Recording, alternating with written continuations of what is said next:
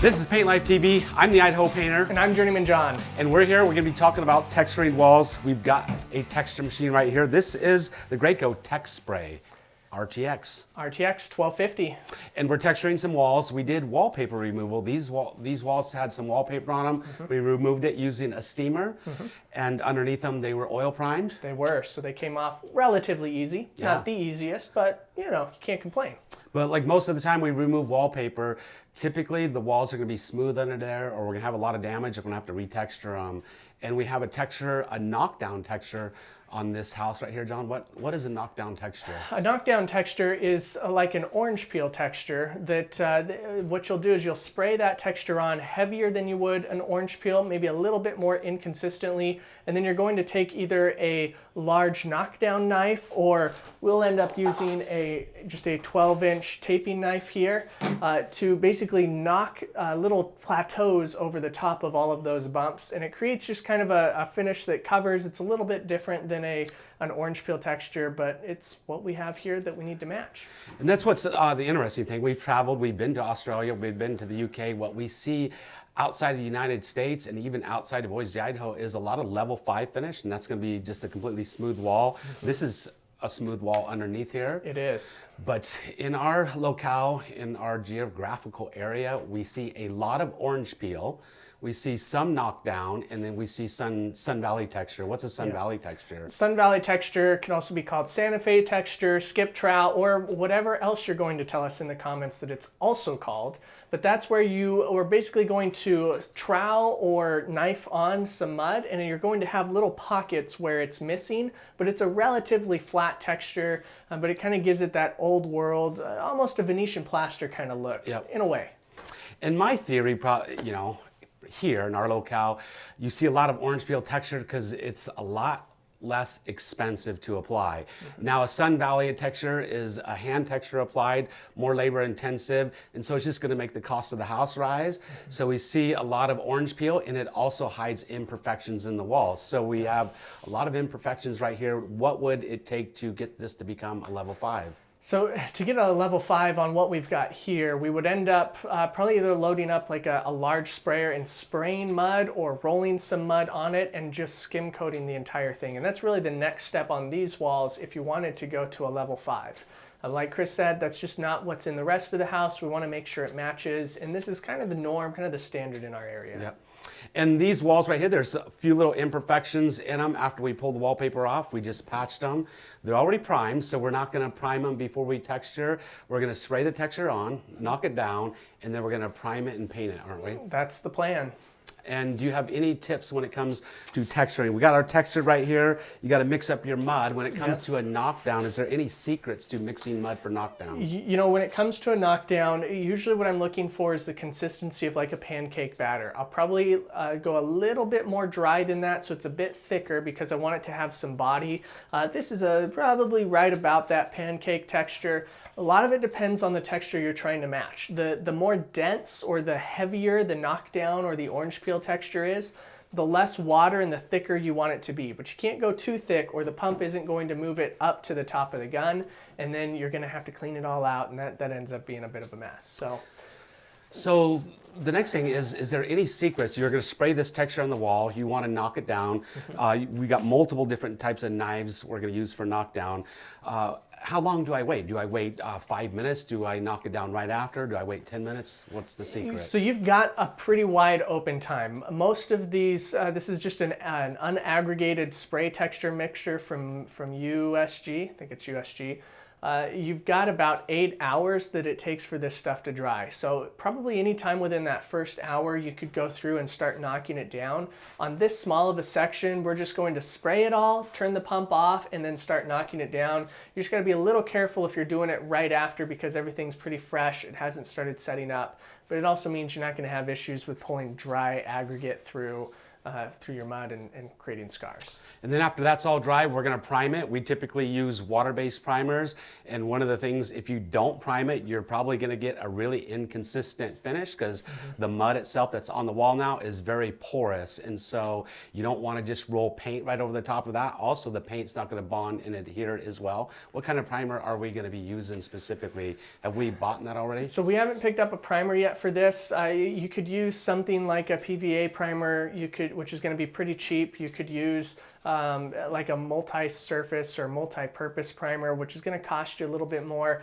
You could just use paint, like a cheaper paint if you wanted, but you're going to use a lot of it. So our goal is we want to find something that's going to get a good bond, a good seal, like a PVA primer, and also be considerably cheaper than if we were using the expensive top coat that we'll put on these walls. The tools and accessories that we use in our videos, typically you can find them down in the video description if you want to learn a little bit more about them. And I'm sure if you have any questions or comments, we would like to hear them, and so would the people following us watching this video. All right, we're ready to fire up our machine. We've got our mud in here. This is a gray coat texture sprayer.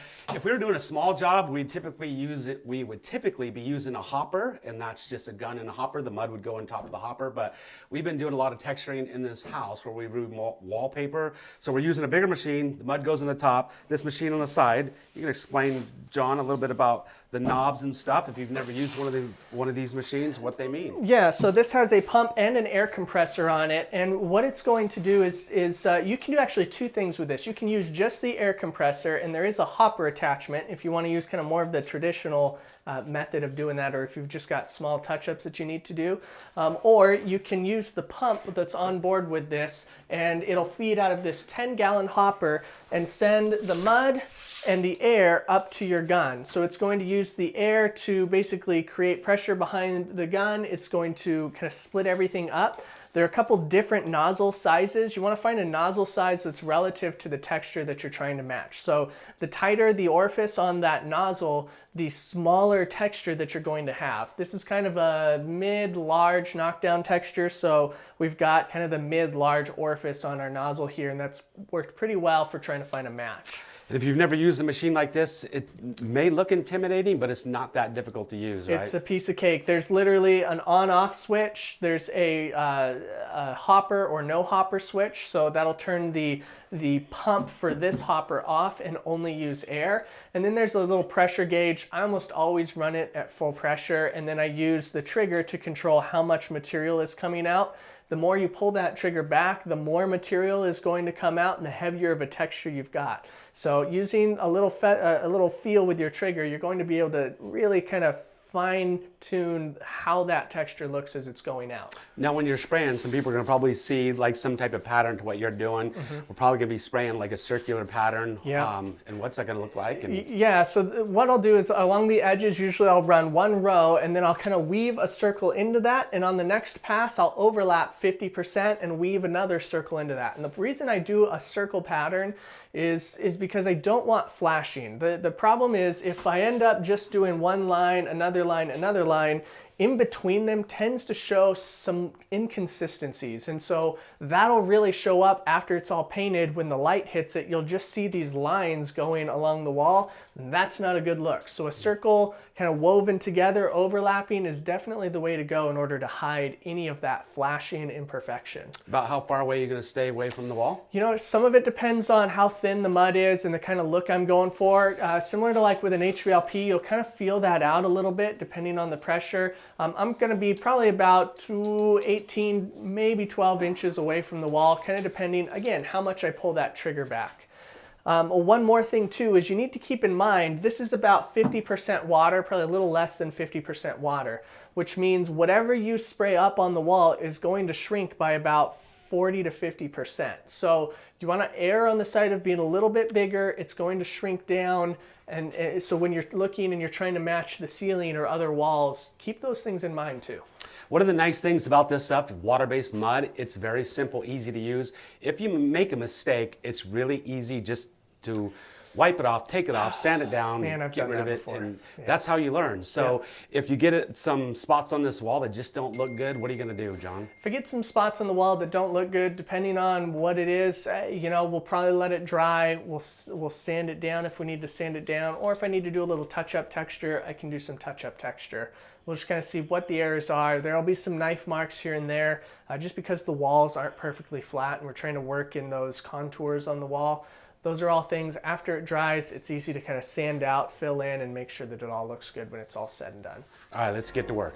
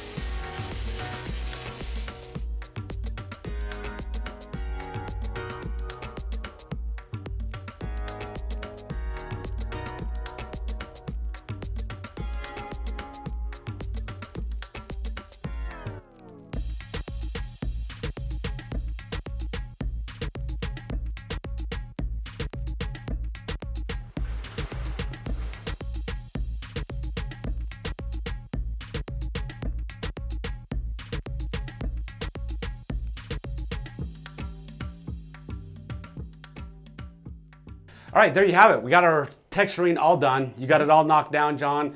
It looks great. Hey, if anybody's got any tips or tricks, leave them in the comments down there below. People do things differently than we do all over the place. Yeah.